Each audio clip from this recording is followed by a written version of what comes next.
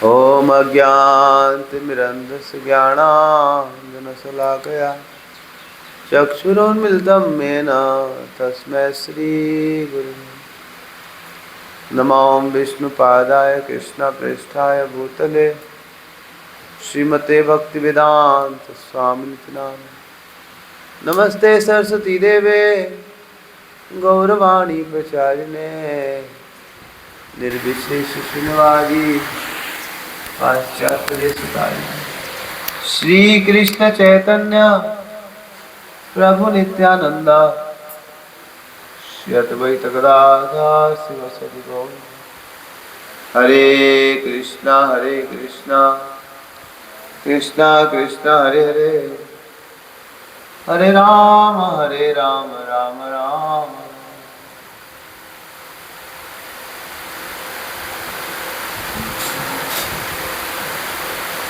हरे कृष्णा। तो कल बहुत ही पवित्र निर्जल एकादशी, हरि बोल। आज भी बहुत लोग बना रहे हैं, तो बैठ जाओ। तो ये निर्जल एकादशी जो व्रत है बहुत ही विशेष व्रत है। तो कितने लोग निर्जल एकादशी करना चाहते हैं? तो ये सुंदर व्रत कहाँ से आया, इसके बारे में थोड़ी चर्चा करेंगे। तो इसको निर्जल एकादशी बोलते हैं, और क्या बोलते हैं? पांडव निर्जल, भीमसेन एकादशी। तो भगवान कृष्ण एक बार पांडवों को एकादशी महात्मा बता रहे थे कि यह इस ज्येष्ठ मास में एकादशी आती है, इस मास में एकादशी आती है, शुक्ल पक्ष में आती है, कृष्ण पक्ष में आती है, और इसको उपवास करने का बहुत महात्मा है। और भीमसेन उपवास का नाम सुनते उनका माथा खराब हो गया। उपवास का नाम सुनते ही भीमसेन का पागल हो जाते थे,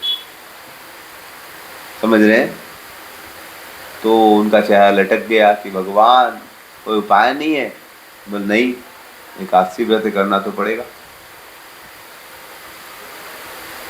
तो भीमसेन के पेट में जो अग्नि थी, समझ रहे हैं, उसकी जठराग्नि बड़ी, समझ रहे हैं, बड़ी तेज थी। उनका एक नाम था वृकोदर। क्या नाम था? बड़ी जोर से भूख लगती थी, समझ रहे हैं। और कुछ लोग की मंदाग्नि होती, उनको भूख लगती नहीं, समझ रहे हैं। हमारा भी था मंदाग्नि, हमको जितना कम खिला उतना अच्छा, समझ रहे हैं। लेकिन भीम का उल्टा था, उसको जितना खाएगा उतना अच्छा। और उसका बल भी वैसा ही था। वायु पुत्र थे। किसके पुत्र थे? समझ रहे हैं। जन्म से 2000 हाथी का बल था। जब जन्म लिया, कुंती को गोदी में खिलाए थे, कुंती को थोड़ी नींद आ गई तो गोदी से गिर गया। गोदी से गिर गया तो वो तो जंगलों में थी, पहाड़ के ऊपर, तो बेचारी डर गई, मेरा बच्चा गिर गया, मर जाएगा। छोटा बच्चा गोदी से गिर जाए क्या होगा? वो बेचारी रोने लगी। देखी भी नीचे कि पहाड़ टूट गया, लेकिन बेटे को कुछ नहीं, क्योंकि 2000 हाथी का बल था। कितना बल था? अब एक हाथी आप पे गिर जाएगा तो फिर गए हम लोग, और 2000 गिर जाए तो, समझ रहे।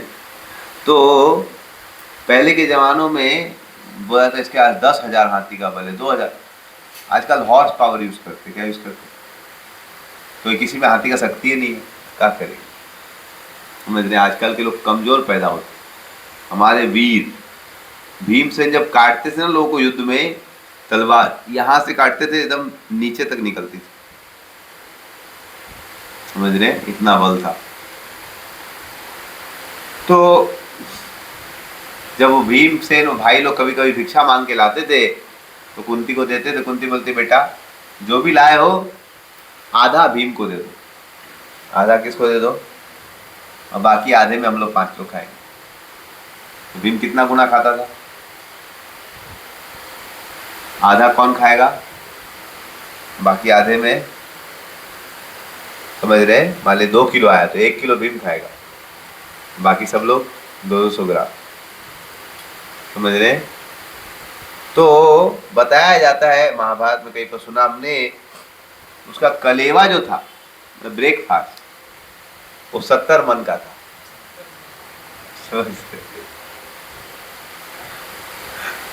तो आप सोच लीजिए कितना क्विंटल क्विंटल। 70 मन का तो क्या था, कलेवा, समझ।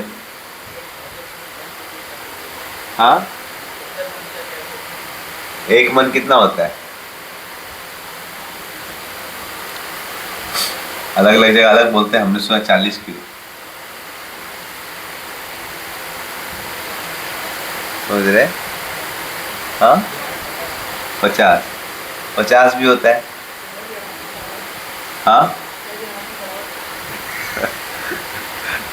तो 70 मन तो उनका ब्रेकफास्ट था। अभी ब्रेकफास्ट लाइट लेता है, फिर लंच तो 4 गुना ले गए। फिर उसके बाद उनका लंच सोच लीजिए 300 मन, फिर डिनर भी 100-150 मन तो खा ही लेते हैं। समझ रहे हैं? लेकिन सेवा भी वैसे ही करते थे। जब वो लोग जंगल में छुपे हुए थे लक्षागृह में, वहाँ से गुफा से भागे तो सब लोग थक गए, तो कुंती को कंधे पे ले लिया, बोले बैठ जाओ मम्मी। और एक तरफ युधिष्ठिर, एक तरफ अर्जुन, और उनको पॉकेट में लटका लिया। समझ रहे? और प्रेम से चल रहा, कोई दिक्कत नहीं हो रहा। और रास्ते जा रहा, मारता था एक पाँव, एकदम जंगल में पेड़ मारता था एक पाँव तो सब पेड़ एकदम बड़े हाईवे बन जाता था। बहुत अच्छा कंस्ट्रक्शन टेक्नोलॉजी था, धार दूर धार दूर। तो इस प्रकार से भीम की बड़ी शक्ति थी। समझ रहे? एक बार जब वो लोग जंगलों में घूम रहे थे तो एक चक्रा में छुप के रहे। तो एक चक्रा में जिस ब्राह्मण के घर में वो रहा करते थे, ब्राह्मण का वेश धारण करके, तो वहां पर गांव में एक दानव था, उसका नाम था बकासुर। क्या नाम था? ये बकासुर आता था, पूरे गांव को उजाड़ देता था। तो गांव के लोग, राजा ने सबने मिलकर नियम बनाया, देखो ठीक है ऐसे मत करो, तो खाना ही चाहिए ना। बोला हाँ, लेकिन हमको केवल वेजिटेरियन से नहीं हो, हमको मांस मछली भी चाहिए। ठीक है ठीक, हम मनुष्यों खाते हैं। तो नियम बना कि हर 15 दिन या 1 महीने में गांव का एक परिवार एक क्या करेगा, एक छकड़ा, मतलब एक गाड़ी, एक ट्रक खाना भेजेगा उसके यहाँ। एक प्लेटफॉर्म था कि यहाँ पर एक खाना रख दिया जाएगा, वो खाएगा आके, और मनुष्य को भी खाएगा। तो हर समय पारी से आज इस घर का नंबर है, कल उसका घर का नंबर है। तो उस दिन दुर्भाग्यवश, सौभाग्यवश, जो भी बोलिए, जो कुंती लोग जिस घर में रहते उसी ब्राह्मण का नंबर आ गया। तो ब्राह्मण, उसकी पत्नी, एक लड़का लड़की, 4 लोग घर में थे, सब लोग रो रहे थे। कुंती को रोने की आवाज़ सुनाई दी। बोले भाई क्या हो गया, रो क्यों रहे? तो रोज कुंती और 4-5 बच्चे जो थे, 4 लोग जाते थे मधुकरी के लिए, और एक लड़का माँ के साथ रहता। तो आज माँ के साथ कौन था? भीम था। और इधर रोने की आवाज़ आई तो लोग खिड़की सुने क्या हुआ। तो ब्राह्मण बोला दुनिया दुखालय है। क्या है? 4 दिन की चांदनी फिर। समझ रहे? अरे आज देखो, आज हमने इतना बड़ा घर बनाया, ये किया वो किया, लेकिन आज क्या हो गया, आज मेरे को मरना पड़ेगा। क्या फायदा है धन ऐश्वर्य का? पत्नी बोलती है अरे आप क्यों मरेंगे, हम ही मर जाते हैं। आप मर जाएंगे तो घर कैसे चलेगा? तो हम चल जाएंगे, हमको राक्षस खा लेगा। समझ रहे? तो लड़की बोलती पापा मम्मी आप लोग क्यों चिंता करते हैं, ऐसे भी लड़की को तो किसी को देना ही होता है, आप इसी को दे दीजिए। समझ रहे? हम खत्म हो जाएंगे। तब छोटा 4 साल का बच्चा था, बोले पिताजी चिंता मत कीजिए। बगल में एक लकड़ी रखा तो उसको ऐसे चीर के बोला हम इसी प्रकार से राक्षस को फाड़ देंगे। तो सब लोग बहुत खुश हो गया, हुआ क्या बोला, फिर सोचा बोलने से क्या होता है, तो बोल थोड़ा फाड़ देंगे। तब सब लोग 4 लोग रोए जा रहे। वो बाप बोलता है हम जाएंगे, पत्नी बोलती है हम जाएंगे, बेटी बोलती है हम जाएंगे, बेटा बोलता है। और 4 लोग रो रहे, कौन जाए कौन न जाए। तब तक कुंती बोली कोई नहीं जाएगा, मेरा बेटा जाएगा। मेरा बेटा। बोला अरे आप तो हमारे अतिथि हैं, अतिथि देव हो, अतिथि का बच्चा हो कैसे भेज देंगे। तो आप चिंता मत कीजिए, मेरा बेटा मरने नहीं जाएगा, मारने जाएगा। समझ रहे हैं? बाहुबली है, क्या है, चिंता मत कीजिए आप, बहुत शक्तिशाली। बोले कैसे आप बोल रहे हैं, वो बहुत मायावी राक्षस, बहुत शक्ति है। बोले बच्चे को हमने देखा है, अभी जंगल में हम लोग आ रहे थे, वहां पर भी एक राक्षस मिला था, हिडिम्बा। समझ रहे हैं? उसको भी मेरे बेटे ने, इसके पास कुछ शक्ति है, इसके पास कुछ ब्राह्मण मंत्र है, उसे बोलता है, फूकता है तो उड़ जाता है। बोला अच्छा, ऐसी बात है क्या? बोला आप चिंता मत, आप खाना बनाइए ट्रक भर के। अभी बोला था एक्स्ट्रा बना दीजिएगा। समझ रहे? उसको तो ट्रक भर के देते, हमको डबल दे दीजिए, टेंशन नहीं। बोला अरे क्या बोल रहा है? बोले टेंशन, खाना तो हम ही को। भीम ले गया, उस चबूतरा पे पूरा राइस दाल सब्जी और सब जो भी सामान हुआ था, लड्डू जलेबी सब डाल दिया, और भीमा खाने लगा। वो राक्षस आया, अरे अरे तेरी ये मजाल। बोला कोई बात नहीं, खा ले बेटा, खाऊंगा, तेरे को तो मैं ही खाऊंगा। भीम कुछ बोल नहीं रहे, खाते समय बोलना नहीं चाहिए, तो भीम शांति से खा। अरे नमक हराम, तो खाएगा, बताता हूं। आया, एक घुसा मारा भीम को। भीम को लगा कोई फूल बरसाया है, फर्क ही नहीं पड़ा उसको। वैसे घूर के देखा, बोला कोई बात नहीं, खाते समय डिस्टर्ब नहीं होगा। महाप्रसादे गोविंद।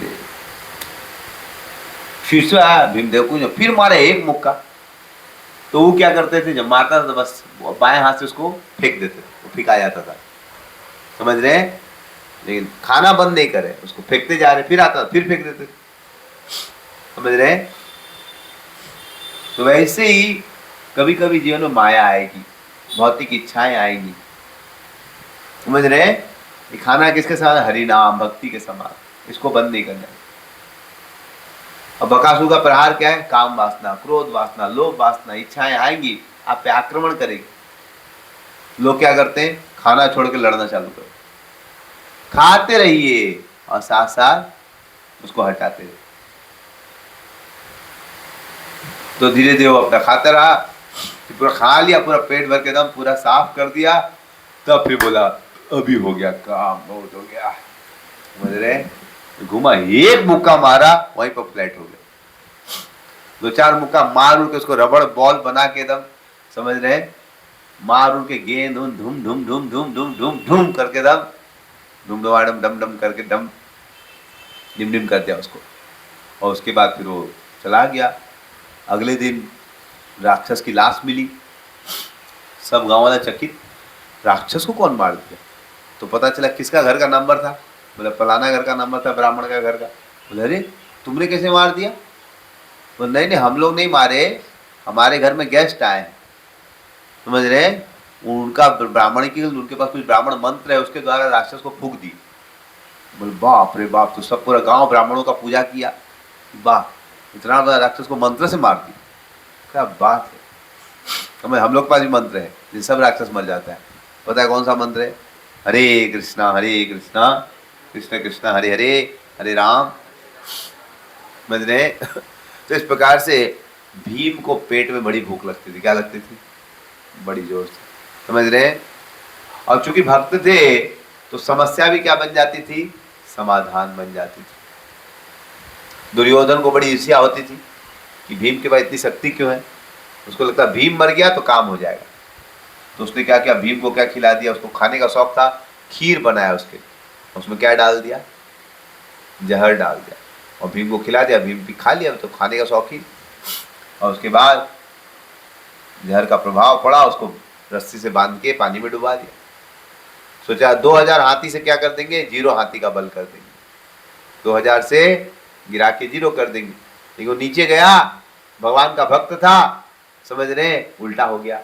वहाँ पर उसके नाना जी मिल गए और ये वहाँ के मैंने मिनिस्टर थे। पता चला कि हमारे मिनिस्टर साहब का नाती आया है, तो पूरा खातरी हुआ, एकदम बढ़िया से खिलाया पिलाया गया। बोले हमारे यहाँ पर नागलोक में स्पेशल अमृत है, उसको पीने से 1000 हाथी का बल आ जाता है। पिएगा बेटा? बोला हाँ पिएंगे, क्यों नहीं, खाते पीते घर से, ऐसे बहुत बार नहीं मिलता है। समझ रहे हैं? पानी पी के प्यास बुझाते हैं, अमृत पिएंगे। पूरा एक कुंड पी गया, 1000 हाथी का बल पी गया। बोला और पिएगा? बोले पी लेंगे, पिलाएंगे, तो क्या दिक्कत है। समझे, और एक कुंड पी गया। बोले बेटा और पिएगा? बोला हाँ पी लेंगे। और एक कुंड पी गया। कितना हाथी का बल हो गया? 5000 हाथी का। बोला और भी? बोला हाँ पिएंगे ना, क्या देगा, अभी तो चालू हुआ है। समझ रहे, 6000 हाथी का बल, और एक कुंड पिएगा? बोला हाँ। पीते पीते 8 कुंड पी गया। समझ रहे, फिर शायद वो बोले कि नहीं बोले और पीने के लिए पता नहीं। समझ, कितना कुंड का पानी पी लिया, कितना शक्ति हो गया? 10,000 हाथी का। समझ रहे, तो इतना शक्ति। एक बार महाभारत, जैमिनी महाभारत में वर्णन आता है कि भीम एक बार भगवान कृष्ण से मिलने द्वारका गए। तो भगवान को पता भीम आ रहा है, उसको खाने का शौकीन, तो खूब उसके लिए बोले पकवान बनाओ। हमने रसोइयों को, अपनी 16,000 रानियों को, कि भीम आ रहा है बढ़िया से खिलाओ। तो सब लोग लगाए रसोई बनाने, भीम आ रहा है, भीम आ रहा है, बनाओ बनाओ। और कृष्ण सोचने लगे भीमसेन तो हमारे थोड़े दोस्त भी हैं और भैया भी हैं, थोड़ा मजाक किया जाए। इधर कोई मेरे साथ मजाक नहीं करता है, सब लोग प्रणाम करता है। समझ रहे हैं, वृंदावन में सबको मारता था, पीटता था, मजा आता था, लेकिन इधर सब लोग बोलता है प्रणाम प्रणाम, मजा नहीं आता है। समझ रहे हैं, और गाली गलौज हो तो मजा है। समझ रहे हैं, तो सोचे कुछ करते नहीं। तो कृष्ण तो टेढ़े मेढ़े भगवान, तो उन्होंने भीमसेन को क्या किया, जब भीमसेन आए तो बोला, उनको बोलना कि अभी कृष्ण बिजी है, मिलना चाहे, बोला बिजी है। तो भीमसेन आए, बोले कृष्ण से मिलना है, बोला अभी तो भगवान बिजी है। तो बिजी है, अरे हम भीमसेन आए, वो बड़े भैया बिजी है। फिर 15 मिनट बाद बोला बताओ क्या क्या काम है? बोला अरे वो अभी भगवान खाना खा रहे। बोला खाना खा रहा है? हम आए हो बेटा खाना खा रहा है? अब भगवान खा तो नहीं से आवाज कर रहे, आहा क्या लड्डू है, आहा क्या जलेबी है, अरे वाह क्या मालपुआ है, अरे वाह, अरे वाह क्या, अरे अद्भुत दाल है, आह। भीम से रहा नहीं गया। समझ रहे, कृष्ण बगल कमरे में, तो उनको वेट कराए थे, बोलता खूब गाली दी उसको, बेटा क्या समझता है, हाँ हाँ ऐसे काम होता है, हाँ एक नंबर का भूखड़, हाँ वृंदावन में बचपन का आदत अभी तक नहीं गया, चोरी करके खाने वाला। समझ रहे, खूब उसको दिए। समझ रहे, और कृष्ण बड़े खुश हो गए गाली उली खा के। फिर आए, भैया भैया चिंता मत कीजिए, समझ रहे हम तो मजाक कर रहे थे। समझ रहे, तो फिर हम थोड़ी ना खाएंगे आपके बिना। समझ रहे, फिर उनको बढ़िया से खिलाया पिलाया। बोले भगवान दे, देखिए भैया तो आप गाली उली दे तो भूख लग जाता है। समझ रहे हैं, गाली देने से क्या लग जाता है? इसलिए बहुत बार भारत में बहुत जगह शादी उदी में क्या करते हैं, गाली दी जाती है। समझ रहे हैं, गाली देने से क्या लगेगा उसका? तो कृष्ण बोले हमारा भूख कमजोर भूख है, हम मित भूख है, तो इसलिए सोचिए आपके साथ खाने बैठेंगे तो आप गाली उली देंगे तो हम बैलेंस कर पाएंगे, तो फिर आप तो भाई समझ रहे हैं 70 मन खाने वाले, हम थोड़ा बैलेंस कर पाएंगे। तो इसलिए तो इस प्रकार से इधर भीमसेन को खाने की आदत बड़ी जबरदस्त। समझ रहे हैं, तो बकासुर आया था। वैसे भीम बोले, जब उन्होंने भगवान के मुख से सुना कि व्रत करना चाहिए, उनको बोला देखिए बकासुर का भी एक, हमने बड़े बड़े असुरों का वध किया, हिडिंबा का, बकासुर का, लेकिन उससे भी बड़ा एक असुर है। बोले उससे बड़ा कौन सा असुर? उसका नाम भूखासुर। समझ रहे हैं, बोले कौन सा असुर? भूख असुर।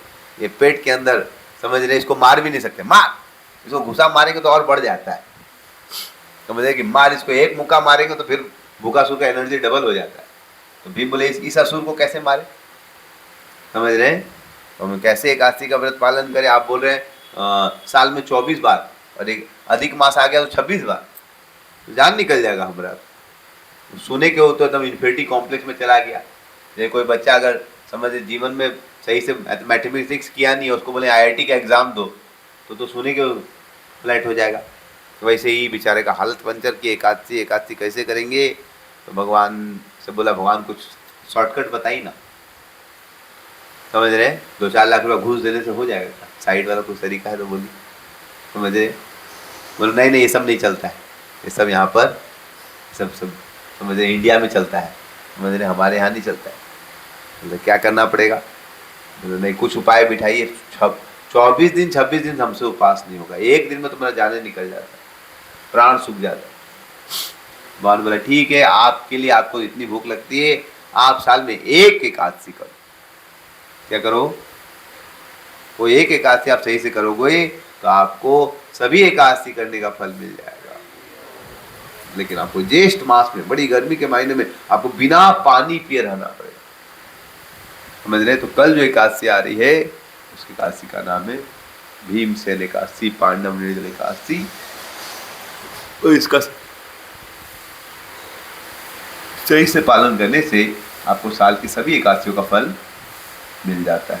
इसलिए भक्त लोग इस एकादशी का अच्छे से पालन करने का प्रयास करते हैं। तो संभव हो हमें एकादशी के कल के दिन जल को भी नहीं लेने का प्रयास करना चाहिए। सुबह 4:30 पौने 5 बजे तक, सूर्योदय के पहले 4:30 पौने मंगल वेला तक आप जल पी सकते हैं। वो जल पूरा दिन भर आपको एनर्जी दे सकता है। और बाकी दिन भर भगवान में मन लगाएंगे तो प्यास नहीं लगेगी। जब प्यास लगे तो कृष्ण कृष्ण बोलिए, तो अपने आप देखेंगे थोड़ा सा कभी कभी मन घबराएगा, लेकिन फिर धीरे धीरे एनर्जी। लेकिन इसे एकादशी करने का बहुत ही महात्म है। और जो भगवान के व्रतों का पालन करते हैं, भगवान को अपना मन देते, भगवान भी उनकी रक्षा करते हैं। जब गोविंद देव जयपुर आए तो औरंगजेब के आक्रमण हुआ करता था। भगवान धीरे धीरे फिर राजपूत लोग राजा के जयपुर के आए, तो वहाँ पर के राजाओं की बड़ी भक्ति थी। भगवान बहुत आदान प्रदान किया करते थे। स्वप्न में आके बोलते मुझे तुम्हारे साथ रहना है। तो उन्हीं के वंशज में एक राजा हुए, उनका नाम था माधव सिंह। का नाम था राजा माधव सिंह। तो राजा माधव सिंह बहुत बड़े भक्त हुए, समझ रहे हैं। तो उनका नियम था कि रोज सुबह करीबन 5 बजे से लेके 5 साढ़े 5 से लेके 12 बजे तक भजन किया करते। और उस समय किसी से बात नहीं करते। पत्नी भी आएगी उससे ही बात नहीं, कोई डिस्टर्ब करेगा तो उसको सजा मिलेगी। अब कुछ इंपॉर्टेंट काम हो तो उनका मिनिस्टर था, उसको बोल तुम कर देगा। तो एक बार वो ध्यान में बैठे थे, भगवान का भजन कर रहे थे, उसी समय आसपास के कुछ मुस्लिम लोग ने आक्रमण कर दिया, सेना ने। अब मिनिस्टर आया सुबह 8 बजे की, महाराज आक्रमण हो गया।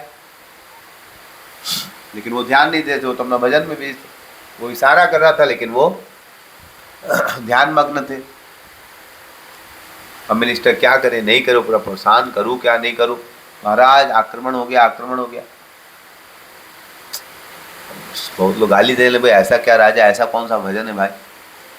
तब तक क्या हुआ, 8:30 बजे देखा एकाएक माधव सिंह पूरा अपना 100-200 किलो का वो कवच वच पहन के निकले, मुकुट उकुट डाल के, समझ रहे, पूरा यहाँ पर लोहे का कवच वच।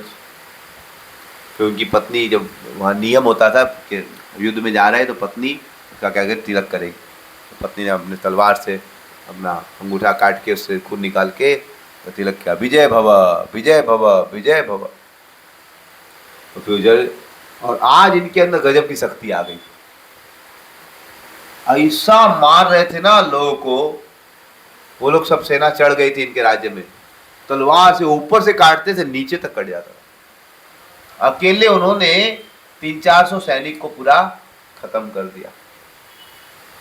और फिर पूरा कहीं कहीं को उनको भी चोट लग गई। एक आदमी ने उनके ऊपर क्या किया, भाला ठोक दिया, तो उनके अंगूठा जो था पाँव का, उससे क्या हुआ, खून आने लगा, पूरा लहू लहान हो गए। अकेले सबको मार दिए, फाइनली एक एक को मार दिए, और पूरा शरीर उनका क्या हो गया, एकदम धूल से लहू लहान एकदम। और फिर सब लोग बोला बाप रे बाप, गजब का आज राजा जी ने युद्ध किया। फिर उसके बाद वो अपने रूम में गए 12 बजे, पौने 12 बजे। तो मिनिस्टर जाके उनको धन्यवाद दिया, क्या आपने युद्ध किया है। तो 5 मिनट बाद वो आए, 2 मिनट बाद 12 बज गया तो आए, एकदम बढ़िया, एकदम सुंदर कपड़ा पहन के, एकदम कुछ उनको धूल उल नहीं। मिनिस्टर चुके थे 2 मिनट पहले गए थे, पूरा लहू लहान हो गया, अभी कुछ नहीं। तुमने राजा साहब, आप अभी तो पूरा, आपको चोट लगी हुई थी, अभी आप एकदम ऐसे, कौन सी चोट, कैसी चोट। बोले आक्रमण हुआ था, आप गए थे, मैं गया था। बोले आप तो गए ना, देखिए सबको काटा आपने, ऐसे ऐसे आक्रमण हो गया था, मैं आपको बुलाने आया।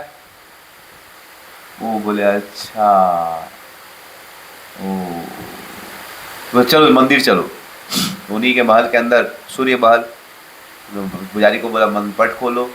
पट खोला, देखा भगवान के शरीर में पूरा क्या लगा था, धूल लगा हुआ है, उनके अंगूठे से खून निकल रहा था, समझ रहे।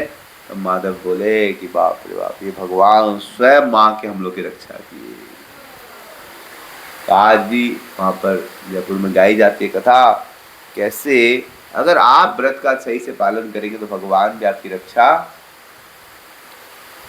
समझ रहे। कुछ लोग अरे हम व्रत करेंगे तो हम मर जाएंगे, नहीं, जब आप भगवान की सेवा करें भगवान भी आपकी रक्षा करेंगे, नहीं करेंगे। तो इस प्रकार से भगवान बहुत रक्षा करते हैं, समझ रहे हैं। भगवान परीक्षा भी लेते हैं और साथ साथ आपको, तो कुछ लोग डरते हैं कि भगवान परीक्षा लेंगे भाई, अच्छा भक्ति उक्ति से मत जाओ, माला वाला करेंगे तो क्या होगा। एक बार एक लड़की थी क्लास 7 में, तो उसने जब सुना कि भगवान परीक्षा लेते हैं, कभी कभी तो धन ले लेते हैं, ये ले लेते वो ले लेते, तो घबरा गई वो। उसने महाराज जी पूछा, महाराज जी आप बोल रहे हैं भगवान कृष्ण कभी कभी भक्तों का धन छीन लेते हैं, हाँ, तो हमारे साथ ऐसा होगा तो हम तो दिक्कत हो जाएगी, समझ रहे। हमको ऐसी कृपा नहीं चाहिए कि भगवान बीमार कर दे, ये कर दे, वो कर दे।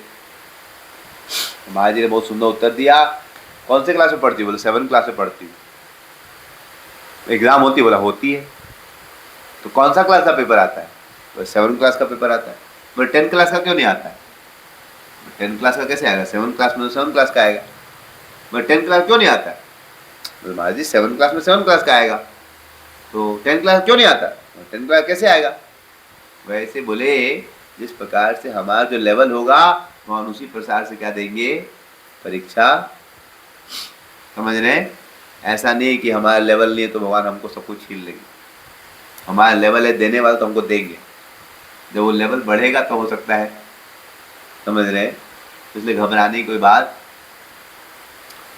तो भगवान बड़ी रक्षा करते, परीक्षा लेते। एक बार क्या हुआ, जब जयपुर के महाराज लोग बहुत सुंदर गोविंद जी की सेवा कर रहे थे, तो खास करके गोविंद जी को रूप गोस्वामी ने प्रकट किया, गौड़िया वैष्णव के देव हैं। तो राजा गौड़िया वैष्णव को बड़ा सपोर्ट करता था, पैसा देता था, धन देता था। इधर रामाचार्य के संप्रदाय में दक्षिण भारत में उन्होंने अच्छा प्रचार किया, फिर उन्होंने कुछ शिष्य अयोध्या भेजे प्रचार करने कि दक्षिण उत्तर भारत में प्रचार हो। तो उनका एक बहुत पावरफुल शिष्य था, उनका नाम था रामानंद जी। तो रामानंद जी बहुत ही शक्तिशाली थे। तो इन्होंने अयोध्या में मंदिर खोला सीताराम जी का और बहुत सुंदर प्रचार किया। उन्होंने अयोध्या से पूरे नॉर्थ भारत, समझ रहे, सब जगह प्रचार किया। उनके बहुत सारे शिष्य हो गए। और तो उन्होंने देखा कि इधर जयपुर में राजा गौड़िया वैष्णव को ज़्यादा सम्मान दे रहे हैं, ज़्यादा पैसा दे रहे हैं, उनको ज़्यादा पैसा नहीं दे रहे। तो कभी कभी लोगों में ईर्ष्या आ जाती। रामानंद संप्रदाय के कुछ भक्तों में थोड़ी ईर्ष्या आ गई कि इनको इतना सपोर्ट क्यों मिला, हमको क्यों नहीं मिल रहा। तो वो लोग कुछ दोष देखने लगे। क्या देखने लगे? ये लोग क्या गलती कर रहा है। तो उन्होंने देखा कि लोग राधा और कृष्ण की पूजा कर रहे हैं। तो उन्होंने बोला राधा रानी का तो पूजा कहीं पर शास्त्रों में दिया नहीं। राधा रानी का पूजा तो कहीं शास्त्र में कृष्ण की पूजा दी है, समझ रहे, लक्ष्मी नारायण की पूजा दी है। राधा कृष्ण की पूजा कहाँ से आ गई, समझ रहे। क्योंकि राधा रानी का तत्व तो थोड़ा क्या है, गुह्य है, सबको समझना पॉसिबल नहीं है। और उन्होंने दूसरा बोला कि आप लोग कौन से संप्रदाय से? बोला हम लोग माधव संप्रदाय से। बोले माधव संप्रदाय में माधवाचार्य तो राधा रानी की पूजा बताई नहीं, हो तो उड़ुपी में कृष्ण की पूजा चालू किए। तो राधा रानी कौन लाया? बोले चैतन्य महाप्रभु ने ब्रज का भाव दिया है, राधा कृष्ण की भक्ति दी है। तो बोला तो फिर आप लोग माधवा संप्रदाय से हैं कि नहीं? बोले हैं। तो मध्वाचार्य को फॉलो क्यों नहीं करे, नया क्यों करे?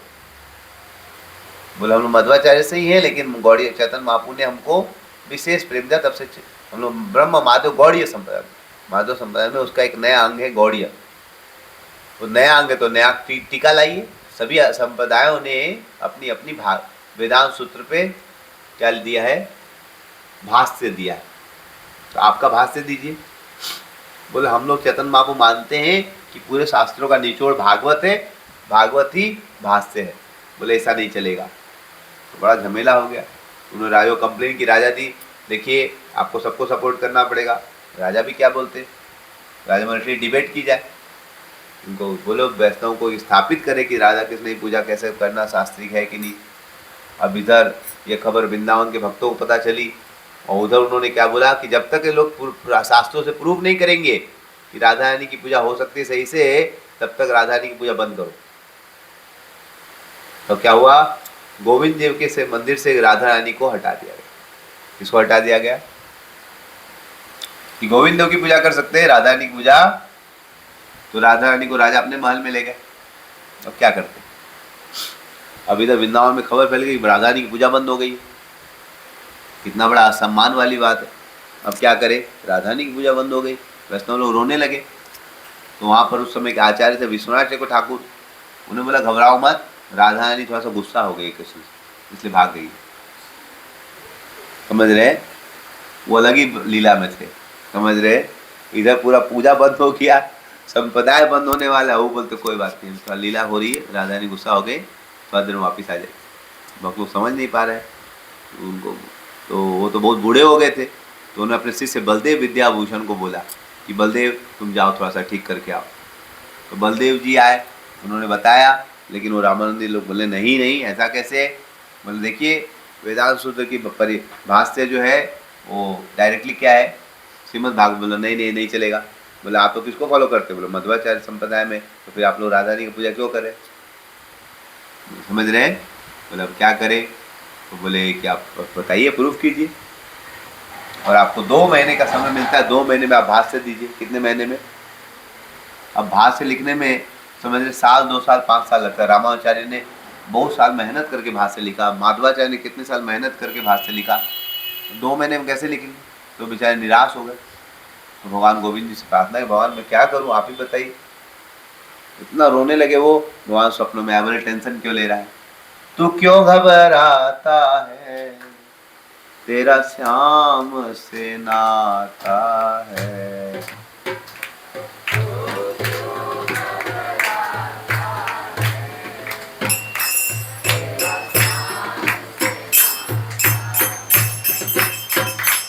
जब मालिक है फिर से क्यों जी को जलाता है।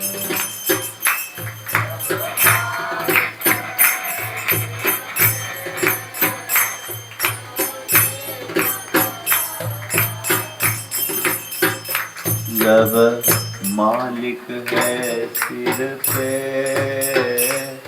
क्यों जी को जलाता है।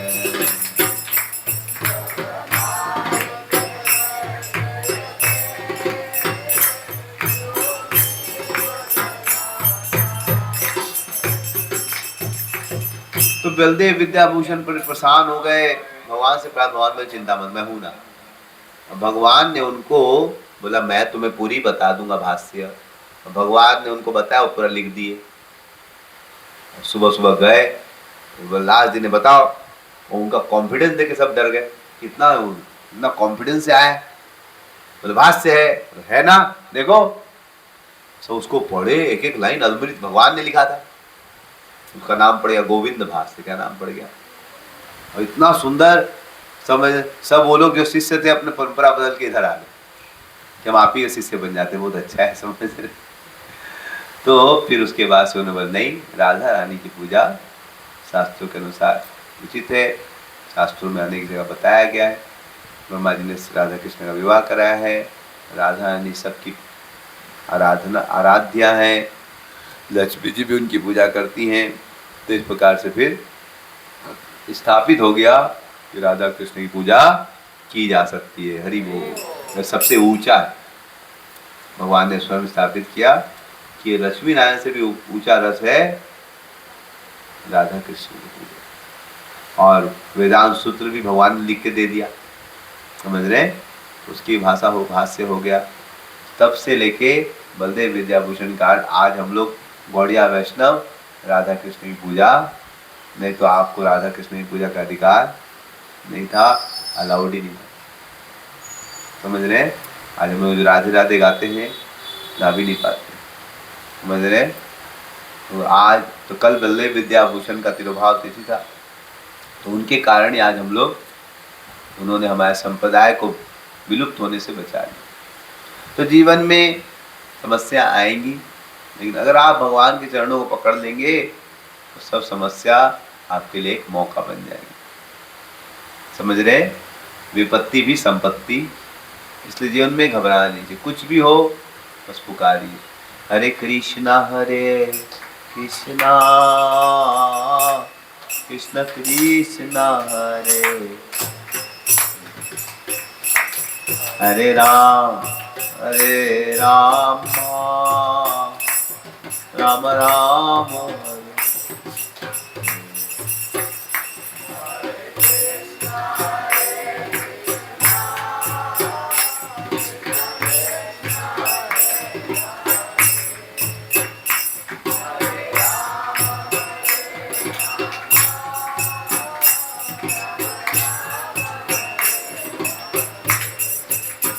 हरे कृष्णा हरे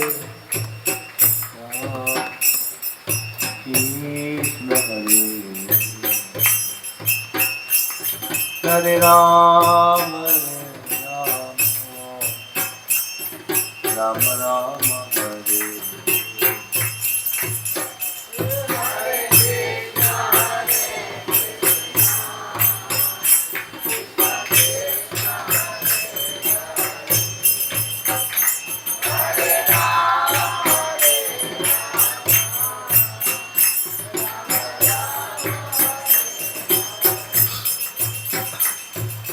तो एकादशी का व्रत शास्त्रों में हरितोष व्रत बोला गया, भगवान की प्रसन्नता के लिए। और ऐसे तो नियम है त्रिदिवस का, दशमी से ही आदमी थोड़ा सा संयम करता है, कुछ उल्टा पुल्टा नहीं खाता है, समझ रहे हैं? दशमी को बहुत लोग कम खाते हैं, एक बार खाते हैं, और एकादशी को दिन भर उपवास करने का प्रयास करते हैं, और फिर द्वादशी को भी संयम रखते हैं, तब जाके पूरा फल मिलता है। तो आप लोग सब इस एकादशी कीजिए, भगवान को बहुत प्रिय है एकादशी। एक भक्त थे, उनका नाम था रामदास जी, वो डाकोर में रहते थे गुजरात में, और हर एकादशी को द्वारकाधीश का दर्शन करने जाते, और बहुत ही सिंपल भक्त थे। डाकोर से द्वारकाधीश करीबन 200 किलोमीटर होगा, समझ रहे? तो एकादशी के पहले 3-4 दिन पहले निकलते थे, 100, 150, 200 किलोमीटर जो भी है, 100 किलोमीटर 200 किलोमीटर पैदल जाया करते, तो 4-5 दिन लग जाते थे। फिर एकादशी के दिन उसे एक दिन पहले पहुंचते थे, रात दिन भर कीर्तन करते थे, रात भर कीर्तन करते थे, और फिर अगले दिन द्वादशी के बाद निकलते थे। फिर आते आते तो सर जीवन भर हर एकादशी को किसके द्वारकाधीश का दर्शन किया करते थे। फिर क्या हुआ कि बूढ़े होने लगे, क्या होने लगे? शरीर उतना तेज नहीं चल पाता, तो जाने में 7-8 दिन लग जाते, फिर आने में, फिर और बूढ़े होने लगे तो जाने में 10 दिन लग जाता, स्पीड कम हो गई आने में। तो घर पहुंचते थे फिर एकादशी का जाने का समय, तो भगवान से रहा नहीं गया कि मेरा भक्त बेचारा हर समय आता है, दर्शन करता है। फिर तो बड़े चिंतित हो गए, क्या हो गए भगवान? बड़े क्या हो गए?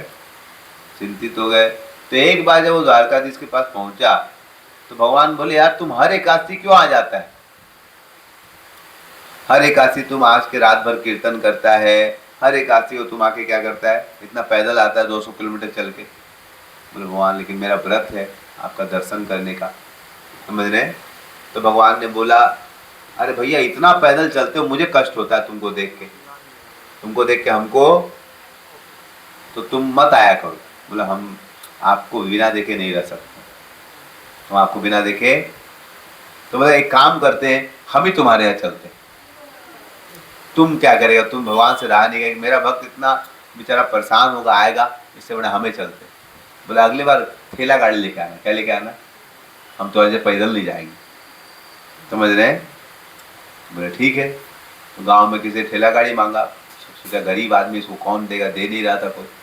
तो किसी ने फटाक पुराना क्या दे दिया, ठेला गाड़ी दे दिया, समझ रहे हैं? उसको किसी प्रकार से लेके आए, और लोग भी सोचे अब थोड़ा सा रईस हो गया है, बूढ़ा हो गया, ठेला गाड़ी में आ रहा है, अच्छी बात है, कोई कुछ बोला नहीं। लोगों को पता है ना क्या प्लान है। दिन भर कीर्तन किया, रात भर कीर्तन के, रात को लोग कम हो जाते हैं, समझ रहे हैं? भगवान बोले रात को निकाल लेना, समझ रहे? 2 बजे हम लोग निकल जाएंगे ठेला गाड़ी में, उस समय तो कोई रहेगा नहीं मंदिर में, 2 बजे हम लोग निकल जाएंगे,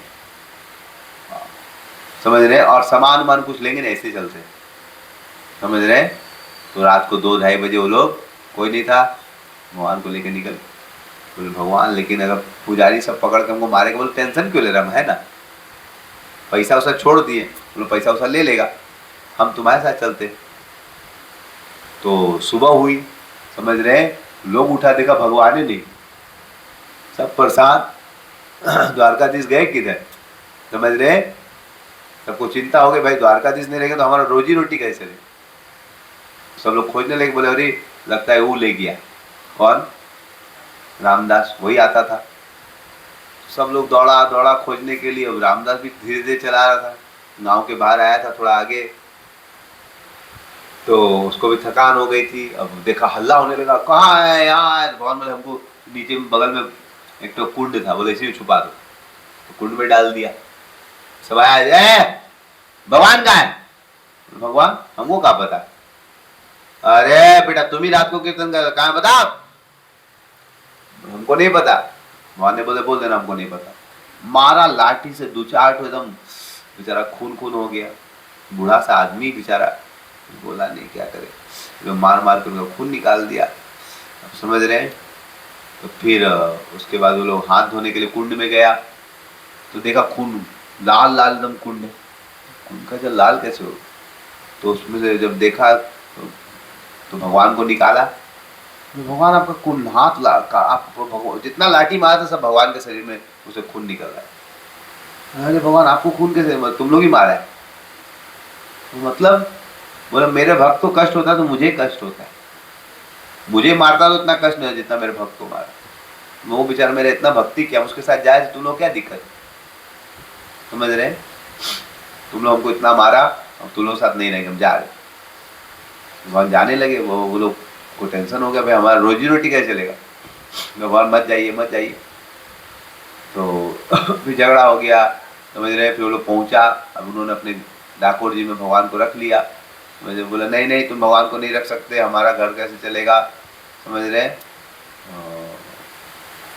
तो तुमको हमको देना पड़ेगा, समझ रहे?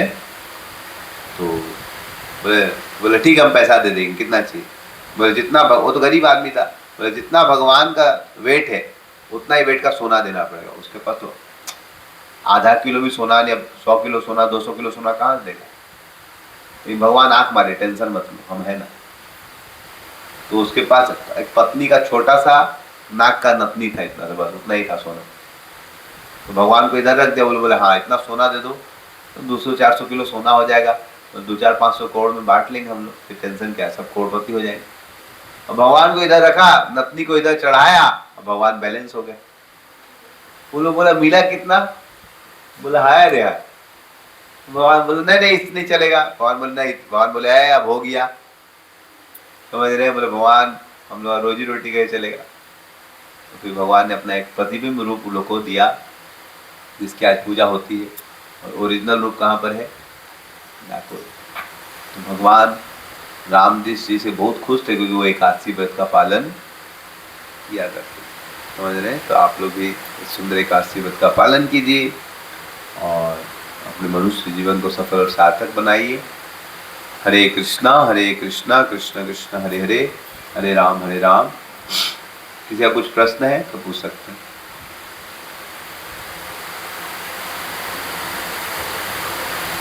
कुछ प्रश्न है किसी का?